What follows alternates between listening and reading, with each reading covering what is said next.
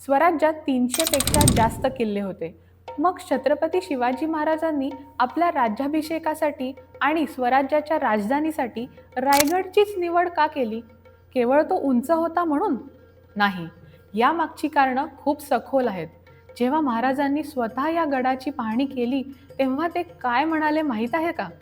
सभासद बखरीत लिहिलंय, राजा खासा जाऊन पाहता गड बहुत चकोठा. चौतर्फा गडाचे कडे तासिल्याप्रमाणे 1.5 गाव उंच. पर्जन्य काळी कडी यावर गवत उगवत नाही आणि धोंडा तास्यो एकच. दौलताबाद पृथ्वीवर चकोट गड खरा, परंतु तो उंचीने धोका.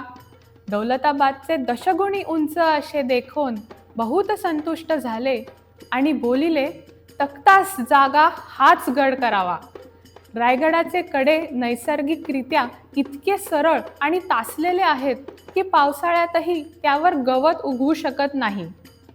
म्हणजेच शत्रूला कड्यावरून वर चढणं निव्वळ अशक्य होतं.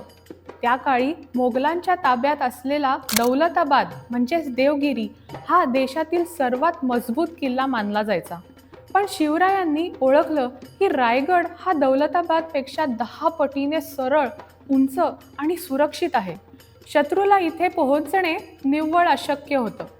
पाहून महाराज खूप समाधानी झाले आणि ते म्हणाले, आपल्या सिंहासनासाठी हाच किल्ला योग्य आहे. सभासद बखरीतील हा सुवर्ण इतिहास तुम्हाला माहीत होता का? मला खाली कमेंट्समध्ये नक्की सांगा आणि अशाच शिवज्ञान यात्रेसाठी फॉलो करा हू नोज छत्रपती जपानला.